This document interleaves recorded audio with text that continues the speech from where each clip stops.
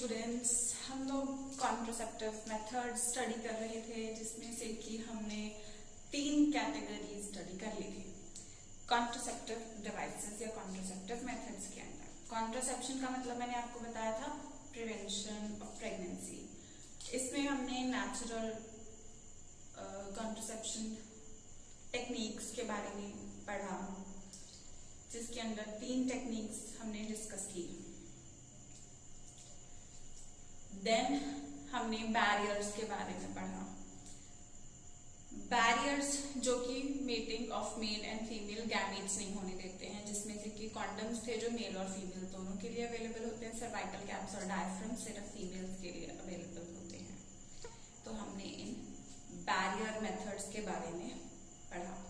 Then intrauterine devices के बारे में पढ़ा, जिसमें से कि जस्ट कुछ ऐसे डिवाइसेस थे जो जस्ट वैसे प्लेस कर दिए जाते हैं यूट्रस। ये intrauterine devices are actually those devices which are placed inside the uterus and they are of 3 types and they help prevent pregnancy.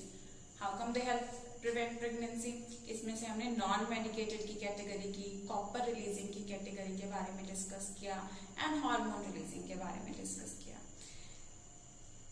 ये phagocytosis, intrauterine devices generally phagocytosis of sperms बढ़ा देते हैं female uterus के अंदर। जो copper releasing IUDs हैं वो particularly जो कॉपर आयंस वो आसपास यूट्रस के रिलीज करते हैं, ऑल्दो वो कुछ केसेस में एलर्जिक रिएक्शंस भी कॉज कर सकते हैं। वैसे उसका mechanism of action copper release करने का ये होता है कि स्पर्म्स की मोटिलिटी को वो कम कर देते हैं और मोर्टालिटी को बढ़ा देते हैं। मोटिलिटी मूवमेंट यानी स्पीड कम कर देते हैं, मोर्टालिटी यानी उनका डेथ रेट वो बढ़ा देते हैं।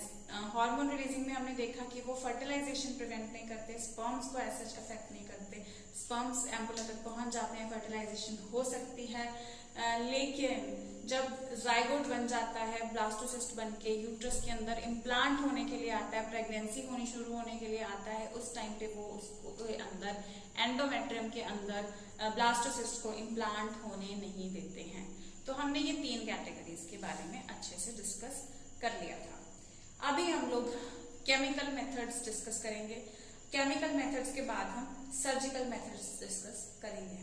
फिर हम देखेंगे कि ये ओवरऑल कॉन्ट्रासेप्शंस के क्या साइड इफेक्ट्स हो सकते हैं, अगर हाँ हो सकते हैं तो वो क्या हो सकते हैं। फिलहाल let us start with the chemical methods. इसी में मैं आपको हार्मोनल भी इसी कैटेगरी के अंदर ही करा रही हूँ।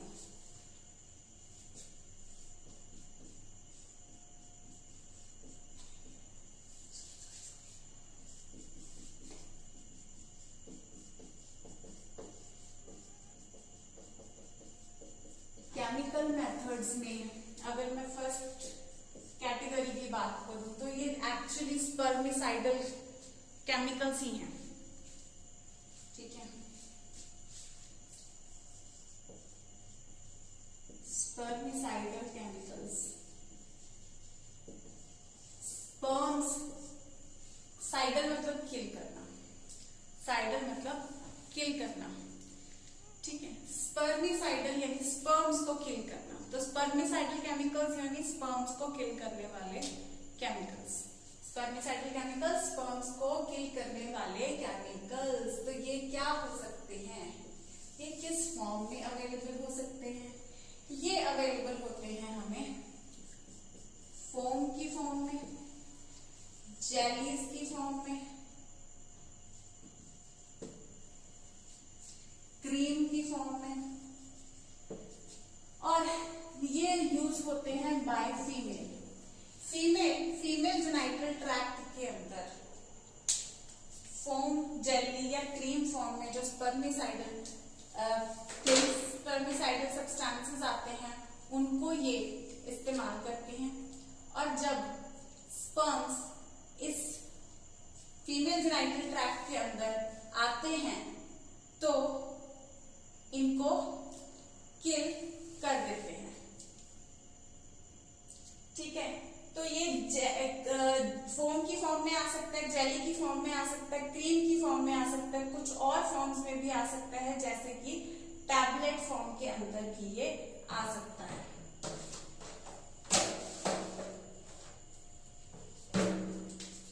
तो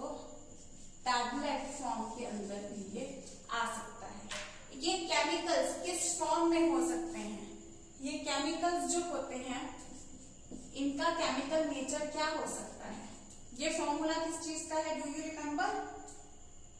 गेस करके देखो क्या फॉर्मूला होता है ये होता है पोटेशियम परमैंगनेट।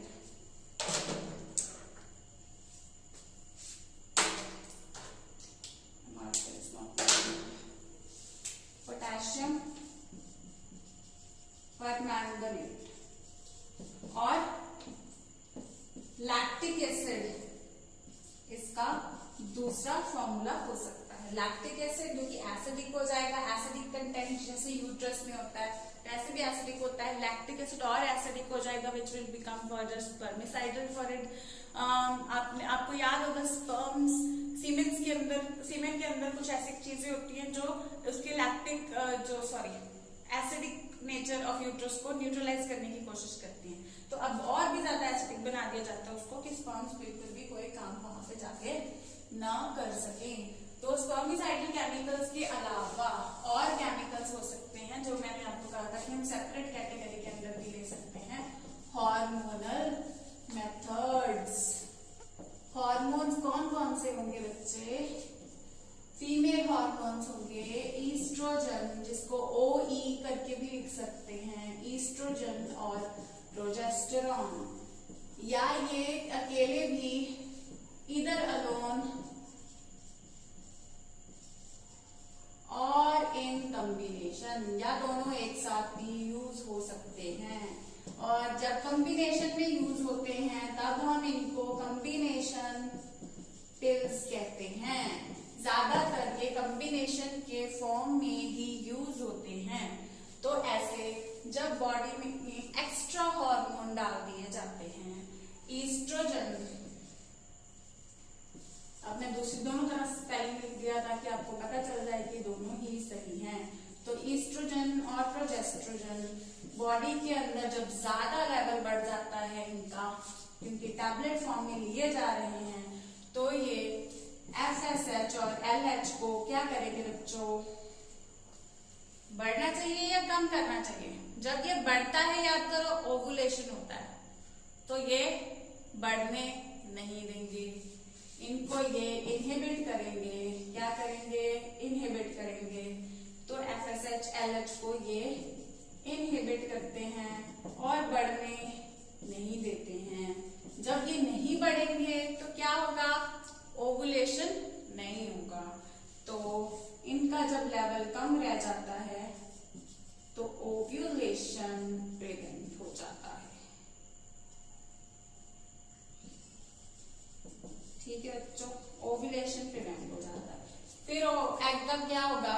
बेचारे ग्राफिन फॉलिकल में जो एग अटका पड़ा उसका क्या होगा जब ओवुलेशन ही नहीं होगा? तो एक्चुअली में ओवुलेशन होगा, लेकिन इसको कंट्रोल किया जाएगा कि जब ये चाहेंगे, जब इंसान चाहेगा तब रिलीज होगा। ठीक है, जब तक ये टैबलेट लेता रहेगा तब रिलीज नहीं होगा। तो क्या पैटर्न होता है इन कॉम्बिनेशन पिल्स का?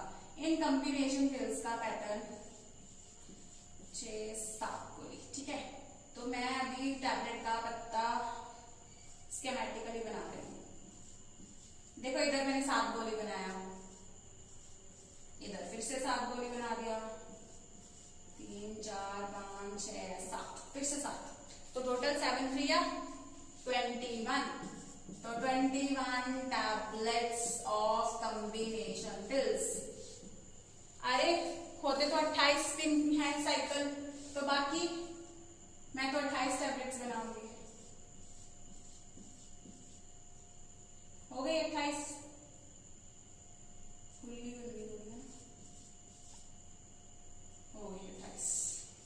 लेकिन टैबलेट 21 ही होंगी कॉम्बिनेशन पिल्स की। देखो हो सकता है 21 ही हो,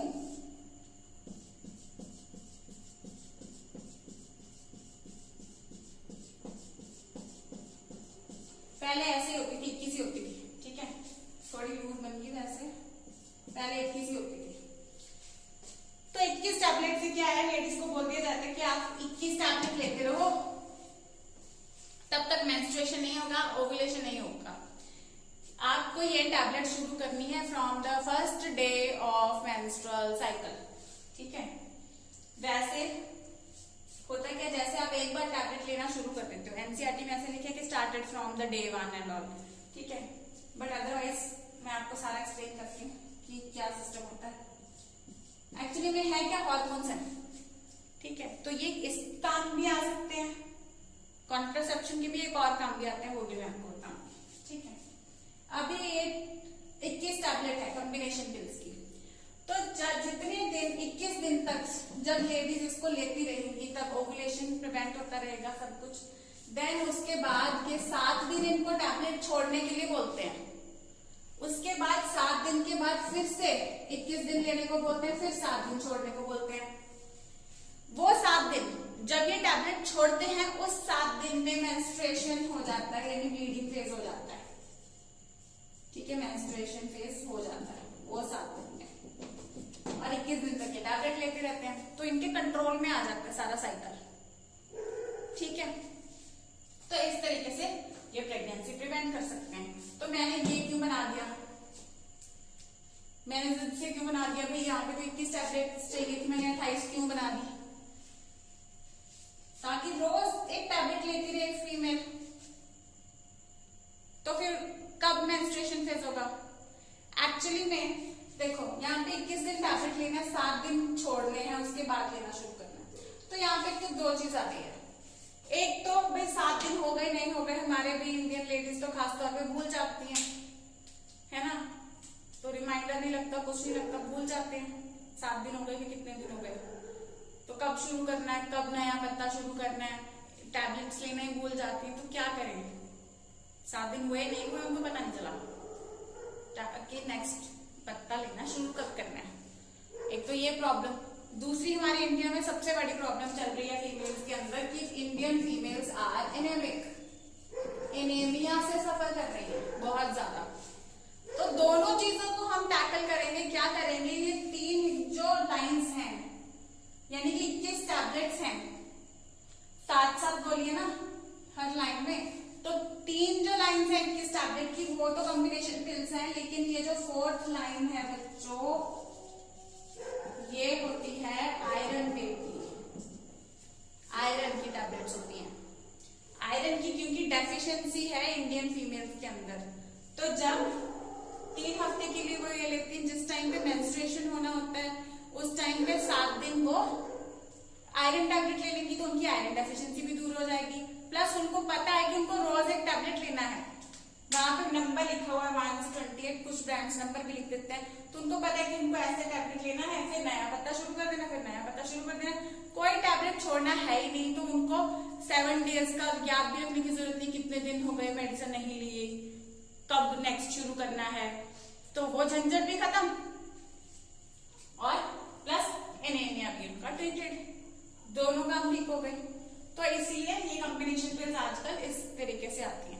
अब मैंने आपको बताया कि इसका और भी यूज हो सकता है, हार्मोन्स है, क्या यूज हो सकता है, आप लोगों ने नॉर्मली देखा आजकल फीमेल्स को, आपने आसपास सुना ही होगा ज्यादातर बच्चों ने कि फीमेल्स को आजकल हार्मोनल प्रॉब्लम्स बहुत हो रही है ना, डिटेल में ज्यादा नहीं बताते डॉक्टर्स अंकल, लेकिन मोस्ट ऑफ द गर्ल्स बोलती हैं कि उनको हार्मोनल प्रॉब्लम्स हो रही हैं। कुछ लड़कियों के छोटे छोटे बच्चे होते हैं, उनके भी बियर्ड आपको दिखनी शुरू हो जाती है, ऐसा कुछ, बिकॉज उनके हार्मोन्स डिस्टर्ब हो चुके हैं। कुछ और भी ऐसे, जैसे पीसीओएस वगैरह में भी हार्मोन्स डिस्टर्ब होते हैं। वैसे भी जब हार्मोनल डिस्टर्बेंस आते हैं तो कुछ डॉक्टर्स उनको ये टैबलेट्स लेने के लिए बोलते हैं। It is that time they are not taking it particularly for prevention of pregnancy, that time they are taking it for, क्योंकि हार्मोन्स हैं तो ये 28 डे का साइकिल उनका सही नहीं चल रहा। नॉर्मली कुछ लेडीज को तो 2-2, 3-3 महीने तक मेंस्ट्रुएशन फ्लो हो ही नहीं रहा, कुछ गर्ल्स को रहे कि एक बार हर 15 दिन बाद ही शुरू हो जाता है। तो उनका साइकिल क्या है, डिस्टर्ब्ड है, बहुत ज्यादा साइकिल डिस्टर्ब हो चुका है। तो उस साइकिल को ट्रैक पे लाने के लिए, भी ये जो कॉम्बिनेशन पिल्स हैं, जो हार्मोनल पिल्स हैं, ये उनको दे दी जाती हैं ताकि उनका साइकिल प्रॉपर मेंटेन हो जाए। क्लियर? तब भी ऐसे कुछ केसेस हमने देखे जहां पे कुछ डॉक्टर्स ये इस ट्रीटमेंट के लिए भी ये टैबलेट्स रिकमेंड कर देते हैं। तो सिंगल भी अकेला हो सकता है, अकेला एस्ट्रोजन दे रहे हैं, सिंगल भी आता है, लेकिन कॉम्बिनेशन वो आजकल ज्यादा चल रही हैं। इसमें कुछ ब्रांड्स हैं जिन पे क्वेश्चन वगैरह आ जाते हैं। मालाडी एक ब्रांड है जिसपे क्वेश्चन आया हुआ है, ठीक है। तो ये कॉम्बिनेशन पिल का ब्रांड है जिसपे क्वेश्चन आ जाते हैं, ठीक है। अब हार्मोनल मेथड के साथ में मैं आपको एक non hormonal method, non hormonal pill, I don't know I should call it non hormonal pill और व्हाट। तो ये एक्चुअली कैटेगरी है, पिल्स की कैटेगरी के अंदर ही, पिल्स की कैटेगरी के अंदर ही टैबलेट्स जो लेते हैं इसी की कैटेगरी के अंदर ही आती है। सहेली एक टैबलेट का नाम है, इसे बनाया गया है सेंट्रल ड्रग रिसर्च इंस्टीट्यूट। ये नॉन हार्मोनल, जैसे मैंने आपको बताया नॉन हार्मोनल है। तो हार्मोन्स जो फीमेल हार्मोन्स है वो क्या होते हैं? They are steroidal in nature. They are what? Steroidal in nature. We know that. है ना? Steroidal preparations हैं। Steroids नाम एक्स्ट्रा ले रहे हैं। लेकिन सेंट्रल ड्रग रिसर्च इंस्टीट्यूट, जिसे CDRI भी बोला जा सकता है, ऑफ लखनऊ ने बनाई सहेली tablet. This tablet is a non-steroidal preparation. अब इसका मैकेनिज्म ऑफ एक्शन हमें इसका पता है ना, केमिकल कंट्रोल एंड कोऑर्डिनेशन +1 में वहां पे आपको हार्मोनल एक्शंस आते हैं, स्टेरॉइडल हार्मोन, स्टेरॉइडल का एक्शन और नॉन स्टेरॉइडल का एक्शन, है ना। तो स्टेरॉइड्स कैसे एक्ट करेंगे, उसका mechanism of action you know. Non steroidal ये तो पता है कि स्टेरॉइडल फॉर्म में एक्ट नहीं करेंगे, तो दैट यू शुड नो। लेकिन कुछ ऐसा ऑप्शन अगर आ गया जो हमने नहीं पढ़ा हुआ, तो अगर बाकी 3 ऑप्शन हमने पढ़ रखे हैं कि बाकी 3 ऑप्शन अगर स्टेरॉइड से रिलेटेड है, अगर हमें ये पता है कि सहेली नॉन स्टेरॉइडल है, तो हमें पता है कि 4th ऑप्शन टिक करके आना है। इस तरीके से भी क्वेश्चन आया हुआ है, because the rest of the 3 जो बाकी के 3 थे ऑप्शन वो एनसीईआरटी से रिलेटेड थे और हमें पता था कि वो आंसर नहीं है। लेकिन 4th option was not in NCERT, इसका एग्जैक्ट मैकेनिज्म ऑफ एक्शन पूछ लिया एक बार। तो एग्जैक्ट मैकेनिज्म ऑफ एक्शन बहुत डिटेल में जाएंगे, हमें जरूरत ही नहीं है। पूछा क्यों नहीं, तो सीधा हमें पता है कि it is non steroidal drug, तो स्टेरॉइड वाला उसका मैकेनिज्म ऑफ एक्शन नहीं होगा, उसी के बेस पे हम टिक कर सकते हैं। ऐसे ही कुछ क्वेश्चन आ जाते हैं। अब देखो 2 चैप्टर से रिलेट करके क्वेश्चन आ गया, इसी तरीके से चैप्टर्स को, कंसेप्ट्स को रिलेट कर करके क्वेश्चन आ जाते हैं। Focus on the basic things, basic knowledge के बेस पे क्वेश्चन अटेम्प्ट करने की कोशिश करो। उसमें बाय चांस अगर कुछ ऐसा ग्लिम्स आ जाता है जो आपको लगे कि अरे ये चीज मेरे को नहीं पता, उसको मत पकड़ो। जितना उस क्वेश्चन में पता है उसको पकड़ो, उसके बेस पे क्वेश्चन अटेम्प्ट होगा ही होगा, ठीक है। तो ये इस पे क्वेश्चन मेन इंपॉर्टेंट क्या आता है, सेंट्रल ड्रग रिसर्च इंस्टीट्यूट में बना है, इंडिया में बना है, लखनऊ में बना है, और नॉन स्टेरॉइडल प्रिपरेशन है और वंस अ वीक पिल है। ये रोज लेनी पड़ती है, this is once a week pill, और ये बहुत ज्यादा इफेक्टिव है, बहुत ही ज्यादा इफेक्टिव है। और इसके जो साइड इफेक्ट्स हैं वो मिनिमल है, क्योंकि नॉन स्टेरॉइडल है, स्टेरॉइडल के तो साइड इफेक्ट्स होंगे ही होंगे ज्यादा, तो मिनिमल साइड इफेक्ट्स। वैसे भी इनके भी इतने ज्यादा नहीं होते, बट स्टिल काफी केसेस आजकल तो देखने को मिले हैं, इसमें मिनिमल साइड इफेक्ट्स होते हैं। एक और हफ्ते में सिर्फ एक टैबलेट लेनी है, सबसे आसान चीज, ठीक है। तो ये भी आपको केमिकल मेथड में है, क्योंकि एक टैबलेट ली जा रही है। अब coming back to hormones, hormones tablet form में भी लिए जा सकते हैं और किस फॉर्म में लिए जा सकते हैं। टैबलेट्स का एक फॉर्म आ सकता है, हॉर्मोन्स को ही हम कैसे ले सकते हैं, टैबलेट फॉर्म में हो गया, जैसे यहाँ पे हम कर लें अगर टैबलेट्स या पिल्स फॉर्म में,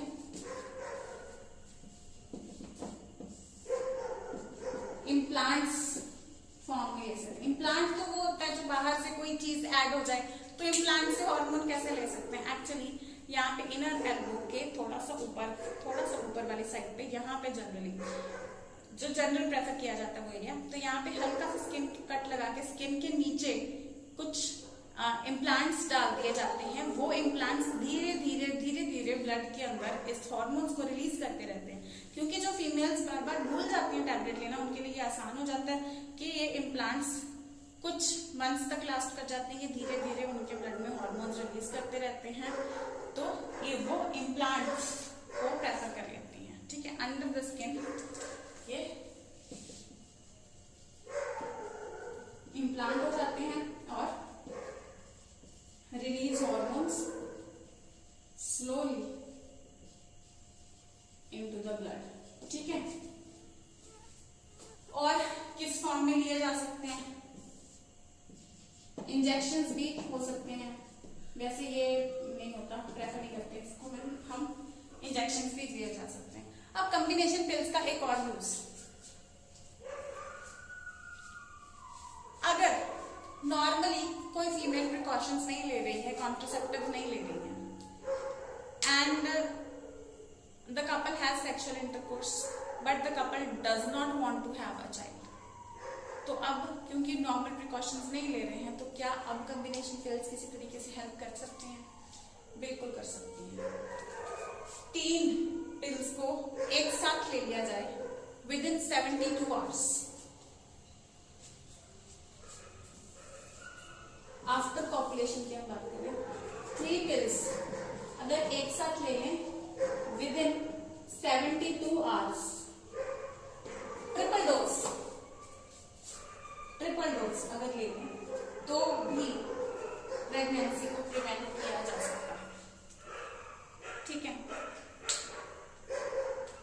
अब ये एक्चुअली ट्रिपल डोज की फॉर्म में ये वैसे भी अवेलेबल होती है, आफ्टर 72 नाम का एक ब्रांड लॉन्च हुआ था उस फॉर्म में, लेकिन वो नहीं अवेलेबल, तो इसी चीज को 3 टैबलेट्स एक साथ अगर ले ली जाए तो भी प्रेगनेंसी प्रिवेंट की जा सकती है। So this is about the chemical methods. Now we are going to talk about the surgical method. मैं थोड़ा सा एक बार केमिकल मेथड रिवाइज करा दूं आपको, then I will move on to the surgical method. Chemical method में हमने देखा केमिकल की हेल्प से उसको किल किया जा सकता है, यूज होती है फीमेल के अंदर किल करने के लिए मेल गैमेट्स। ठीक है, foam, jelly, cream, tablet form में फीमेल जेनिटल ट्रैक्ट के अंदर ये इंसर्ट कर दी जाती है, ज्यादातर ये फोम, जेली, क्रीम्स यूज होती हैं। देन पोटेशियम परमैंगनेट, इसका इंग्रेडिएंट क्या हो सकता है? पोटेशियम परमैंगनेट हो सकता है या लैक्टिक एसिड हो सकता है। तो ये जहर का काम करते हैं स्पर्म्स के लिए, जब भी स्पर्म्स फीमेल जेनिटल ट्रैक्ट के अंदर एंटर करेंगे तो किल कर देते हैं। अब इनका यूज डिफर करता है कि इफेक्टिव होता है नहीं होता, तो उनके एफिशिएंसी है कि किस तरीके से वो सही तरीके से यूज किया जाता है या नहीं किया जाता।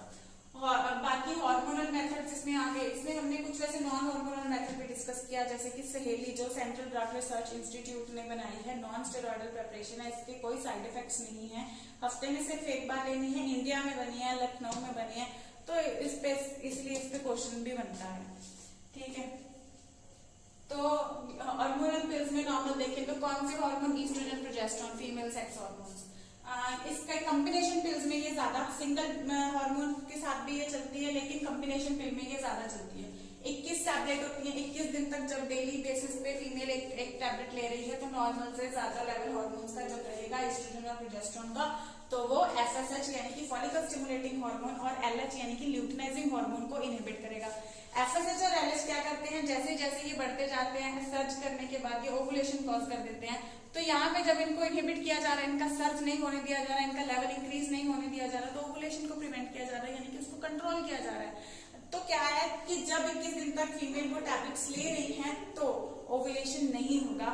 जब 7 दिनों तक टैबलेट छोड़ दी जाएंगी या उसकी जगह पे आयरन टैबलेट्स ले ली जाएंगी, तब ओवुलेशन हो जाएगा, तब मेंस्ट्रुअल फेज उसका ओवर हो जाएगा। ठीक है बच्चों, और इम्प्लांट्स भी अंडर द स्किन डाल के स्किन के अंदर से फिर धीरे धीरे रिलीज होते जाएंगे, तो इस तरीके से भी हार्मोन डिलीवरी हो सकती है, उसके अंदर हार्मोन डिलीवर किए जा सकते हैं। इंजेक्शंस के अंदर भी वो हम प्रेफर नहीं करते। 3 टैबलेट्स एक साथ ली जाती हैं आफ्टर इंटरकोर्स, अगर फिर भी प्रेगनेंसी प्रिवेंट करनी है तो। अगर पहले नॉर्मली नहीं ले रहे हैं तो आफ्टर द इंटरकोर्स 3 लेने की जरूरत है, अदरवाइज नहीं। ठीक है, so I shall drop this now and we will start with the surgical method.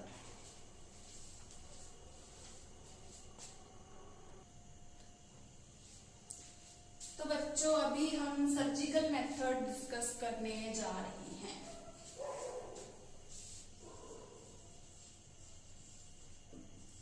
Surgical method for contraception.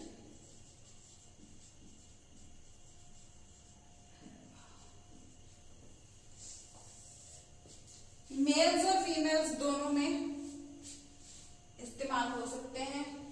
Mails में अगर होगा तो वसेक्टोमी बोलते हैं, अगर फीमेल्स में होगा तो ट्यूबेक्टोमी बोलते हैं। एक्टोमी मतलब काटना, इधर ट्यूब को काटना, इधर वेस। व्हाट इज वेस? Vast difference. टेस्टिस से वास्ट डिफरेंस अराइज हो रही थी, जो आगे चल के इधर जेनाइटल ट्रैक्ट के अंदर कंटिन्यू करेगी। मैं सारा पाथवे नहीं बताऊंगी अभी। तो ये जो वास्ट डिफरेंस था, तो दोनों तरफ से वास्ट डिफरेंस आ रही है ना। तो इस वास्ट डिफरेंस को अगर हम कट करके, क्योंकि यहां से क्या है, स्पर्म्स जाएंगे आगे पेनिस के थ्रू, ठीक है। तो आगे अगर यहां से वास्ट डिफरेंस को कट करके हम इधर इसको यहां पे बांध दें और इधर इसको इधर बांध दें, दोनों साइड पे,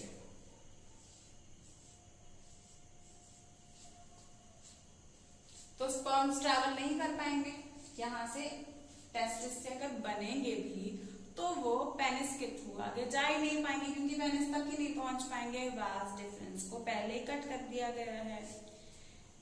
जो कपल्स आगे और परमानेंटली ज्यादातर नहीं चाहते, ये इरिवर्सिबल हो जाता है मेथड। अभी तक जो हमने देखा नेचुरल, उसको छोड़ देंगे, they can have pregnancy. Chemical method नहीं यूज करेंगे, they can have pregnancy. Hormones नहीं यूज करेंगे, they can have pregnancy. Intrauterine devices निकलवा देंगे, दे कैन हैव प्रेगनेंसी। इसमें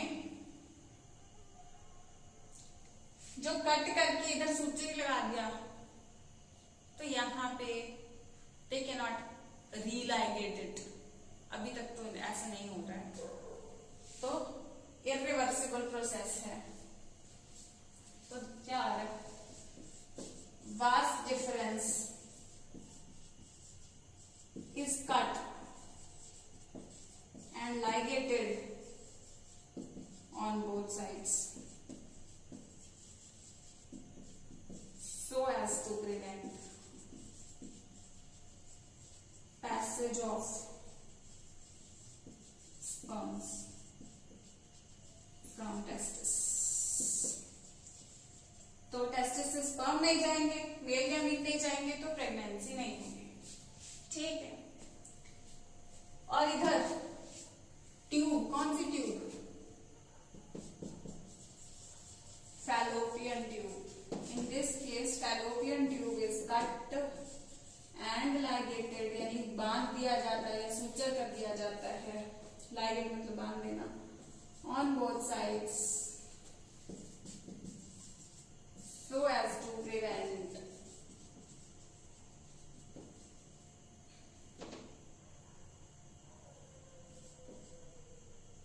ovum's approach to the ovum, पहुंच नहीं पाएगा to the site of fertilization। ठीक है, मैं अपनी लैंग्वेज यूज कर रही हूँ, तुम लोग अपनी यूज कर लेना। बुक वाली कर रही है, बुक वाली कर लेना। यानी कि ओवम को नहीं पहुंचने दिया जाएगा साइट ऑफ फर्टिलाइजेशन पे, ओवम रिलीज नहीं हो पाएगा। बेसिकली रिलीज हो भी जाएगा तो क्या होता है एक्चुअली, इधर फीमेल ओवरी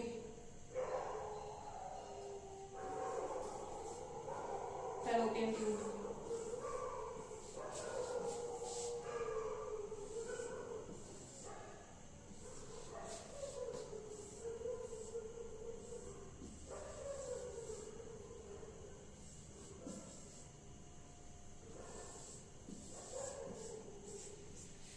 तो इधर से ये फैलोपियन ट्यूब काट करके अगर हम थोड़ा पतला बना लेते हैं, सामने का डायग्राम ड्रॉ करने में, इधर बांध दिया, तो इसको इधर बांध दिया। अब ये रास्ता ही काट दिया, यहाँ से जो एग की लेके जा रहा है इधर से जो एग यहाँ से जाएगा, आगे कहाँ जाएगा, आगे तो रास्ता ब्लॉक हो गया है ना। तो सिमिलरली इधर भी, इधर बांध दिया, इसको इधर बांध दिया, तो रास्ता ब्लॉक हो गया। इधर से जो एग रिलीज होके जाएगा, आगे नहीं जा पाएगा, आगे एम्पुला तक जा ही नहीं पाएगा, फर्टिलाइजेशन नहीं हो पाएगा, प्रेगनेंसी नहीं हो पाएगी। साइट ऑफ फर्टिलाइजेशन कह लो, या to prevent the ovum to move further, है ना, यानी कि so as to move for fertilisation. Clear? तो इस केस में फैलोपियन ट्यूब को कट करके टाई कर दिया जाता है, इस केस में वास डिफरेंस को कट करके टाई कर दिया जाता है। So this is vasectomy and this is tubectomy. अब कोशिश हुई कि क्या करें, इसको भाई ऐसे काटे ना पूरा, इसको हम यूं बांध के देख लेते हैं कि शायद इसको रिवर्स कर सके। तो ऐसे फैलोपियन ट्यूब जो जा रही थी सिंपल यहाँ से, तो उसको हमने बीच में यूं बांध दिया, तो ऐसे सूचर लगा देंगे, तो भी तो वो आगे ट्रेवल नहीं कर पाएगा ना, क्योंकि यहाँ पे तो एक तरीके से टंका बांध दिया, उसका जो ट्यूब थी ऐसे उसको यूं ब्लॉक कर दिया।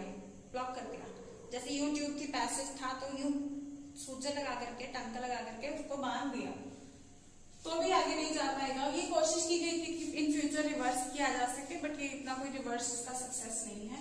सिमिलरली यहाँ में भी तो दोनों मेथड अवेलेबल हैं, तो ट्यूब को जस्ट यूं बांध भी सकते हैं, यहाँ पे वास डिफरेंस को जस्ट यूं ही टंका लगा के बांध सकते हैं।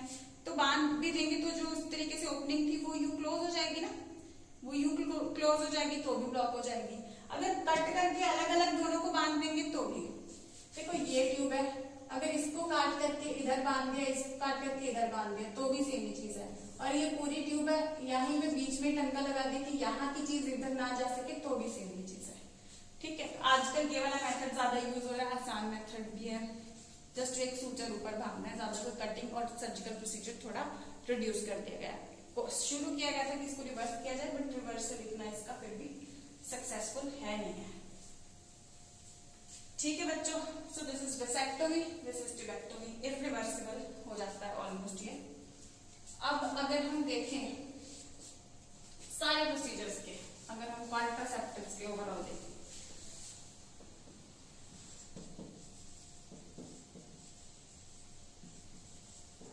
साइड इफेक्ट्स ऑफ कॉन्ट्रासेप्टिव्स कोई ज्यादा नहीं होते, वैसे तो लीस्ट है, बट स्टिल लीस्ट है, but still we can't ignore them.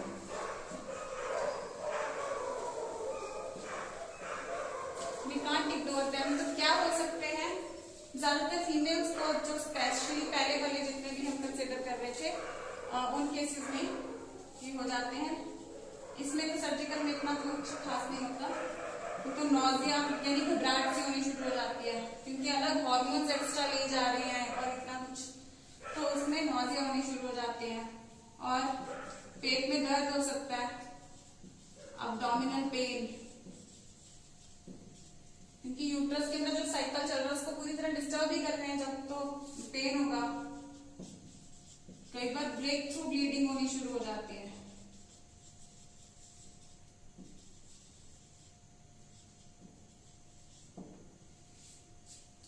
Discomfort होगा, nausea, abdominal pain, breakthrough bleeding कई बार होनी शुरू हो जाती है, साइकिल डिस्टर्ब हो जाएगा।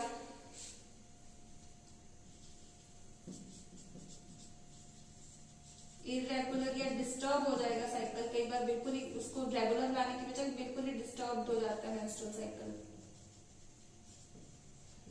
और कुछ एक्सट्रीम केसेस में तो ये भी देखा गया है कि पिल्स जब काफी लंबे टाइम तक लेडीज लेती रहती हैं, उसके बाद अचानक से छोड़ देती हैं, तो उनको फिर प्रेगनेंसी करने के लिए भी,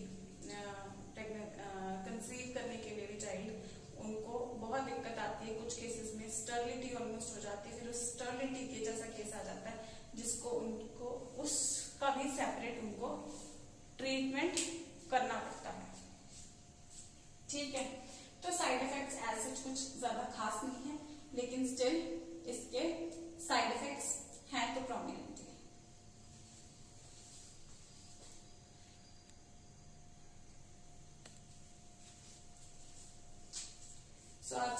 सारे मेथड्स इसके कंप्लीट कर लिए। इसमें कुछ केसेस में देखो एक्स्ट्रा चीजें आ रही है, तो कैंसर भी हो सकता है, ब्रेस्ट कैंसर बहुत लोगों में देखने को मिला है, बहुत नहीं कुछ कम लोगों में, ये हमेशा इतना प्रोमिनेंट नहीं है, बहुत ही कम लोगों में होता है, स्टिल हम इग्नोर नहीं कर सकते क्योंकि नेचर के खिलाफ जाना ही है ये एक तरीके से। तो ऑब्वियसली ये कुछ चीजें होती हैं जो साइड इफेक्ट्स होते हैं। अगर परमानेंटली वो लोग प्रिवेंट करना चाहते हैं तो सर्जिकल मेथड जो हमने डिस्कस किया, वेसेक्टोमी, ट्यूबेक्टोमी, ये बेस्ट होता है। अगर सर्जरी भी सही प्रिकॉशन साफ सफाई से पूरा हाइजीन मेंटेन करते हुए की जाए तो प्रॉपर हॉस्पिटल के अंदर, है ना। अब सर्जिकल में एक और मेथड वैसे तो आ सकता है, बट उस मेथड को हम फॉर प्रिवेंशन ऑफ प्रेगनेंसी नहीं डिस्कस करना चाहिए। अदरवाइज हो सकता है कि जैसे अबॉर्शंस करवा दिए जाते हैं, उसको हम कह देते हैं medical termination of pregnancy, medical termination of pregnancy, यानी कि कंप्लीट ही इसको बेबी को, जो जिसको नॉर्मल लैंग्वेज में अबॉर्शन बोल देते हैं या अबॉर्ट करवाना बोल देते हैं, कि अभी पूरे 9 मंथ्स नहीं हुए लेकिन उससे पहले ही, before completion of full term baby, उसको पहले ही टर्मिनेट कर दिया जाए, तो उस चीज को अबॉर्ट कर देना प्रेगनेंसी को बोल देते हैं एमटीपी, यानी मेडिकल टर्मिनेशन ऑफ प्रेगनेंसी कर दी जाती है। ये बहुत ही वैसे ये सही तरीका नहीं है प्रेगनेंसी प्रिवेंट करने का, ये आजकल ये बैन भी है बिकॉज फीमेल फिटिसाइड में भी ये यूज हो रहा था। तो मेडिकल टर्मिनेशन ऑफ प्रेगनेंसी के लिए आजकल आपको कोर्ट से परमिशन लेनी पड़ती है। ज्यादातर बहुत ही कुछ सिवियर केसेस होते हैं जिनमें ये परमिशन मिलती है, जहाँ पे पता है कि बेबी की हेल्थ को या मदर की हेल्थ को बहुत ज्यादा सिवियर प्रॉब्लम हो सकती है इन फ्यूचर, उस वजह से मेडिकल टर्मिनेशन की जाए। या कुछ और सिवियर केसेस होते हैं, कुछ फोरेंसिक केसेस या कुछ क्रिमिनल केसेस या उन केसेस में ये परमिशंस मिल जाती हैं। तो परमिशन लेने के बिना ये नहीं किया जाता। इसकी पूरी डिटेल हम एमटीपी, एमनियोसेंटेसिस, ये सब हम डिस्कस करेंगे। फिलहाल उनकी मेथड्स बता रही थी तो उसमें जस्ट इसका एनलिस्ट किया मैंने। तो हमारे सारे कॉन्ट्रासेप्टिव मेथड्स हम लोग कंप्लीट कर चुके हैं। Contraception, prevention of pregnancy, natural methods, chemical methods discuss किए, आईयूडीज डिस्कस किया हमने, पूरा पिल्स का सारा डिस्कस किया, सर्जिकल मेथड्स डिस्कस कर लिए। तो सारे ये मेथड्स हमने कंप्लीट कर लिए, साथ ही हमने इसके साइड इफेक्ट्स के बारे में डिस्कस कर लिए। साइड इफेक्ट्स कोई ज्यादा नहीं है, लेकिन बहुत ही कम लोगों में भी होते हैं, हर किसी में होते भी नहीं है। इनका परसेंटेज अगर देखा जाए बहुत ही कम है, लेकिन फिर भी इनको इग्नोर नहीं किया जा सकता। जो फीमेल सफर करती है वो बहुत ही बुरी तरह से नॉजिया होना शुरू हो जाता है, पेट में दर्द शुरू हो जाता है, जो मेंस्ट्रुअल ब्लीडिंग होती है वो breakthrough bleeding, irregular cycles होने शुरू हो जाते हैं। और इरेगुलर साइकिल ऑब्वियसली मींस कि फ्यूचर में भी उनको मेथड को रिवर्स करने में भी दिक्कत आ सकती है। कुछ मेथड्स ऐसे हो गए हैं कि उनको रिवर्स करने में भी काफी ज्यादा दिक्कत आ रही है। ब्रेस्ट कैंसर भी देखने को मिला है कुछ फीमेल्स के अंदर, ये तो बहुत ही बड़ी प्रॉब्लम है, बेशक कुछ ही लोगों के अंदर देखा गया है। ठीक है, तो आज के जो मेथड्स हमने डिस्कस किया, ट्यूबेक्टोमी, फैलोपियन ट्यूब को कट करके दोनों तरफ टाई कर दिया जाए, या बीच में से ही लाइगेट, या इस तरीके से कट करके दोनों तरफ लाइगेट कर दिया जाए, या बीच में से उसको इधर कट करके लाइगेट कर दिया और इधर कट करके लाइगेट कर दिया, तो दिस, या बीच में से लाइगेट कर दिया, तो tubectomy. This is actually tubectomy, ये थोड़ा मॉडिफाइड वर्जन है उसका। देन वासेक्टोमी में हम वास डिफरेंस को इधर भी वास डिफरेंस को कट करके टाई कर सकते हैं दोनों तरफ, ताकि यहाँ से स्पर्म्स टेस्टिस से आगे पेनिस तक ना जा सके। पेनिस तक नहीं जाएंगे तो बाहर बॉडी के रिलीज नहीं होंगे, यानी फीमेल जेनिटल ट्रैक्ट तक नहीं पहुंचेंगे। तो मेल्स या फीमेल्स दोनों में सर्जिकल मेथड, मेल्स में इसको हम वेसेक्टोमी बोल देते हैं, फीमेल्स में ट्यूबेक्टोमी बोल देते हैं। और आज हमने केमिकल मेथड भी डिस्कस किया। So this is all for contraceptive methods, and this is all for today's lecture. Revise it nicely. It is the most important topic of this chapter. There are very few topics left of this chapter. We will complete this chapter very soon, and keep on studying.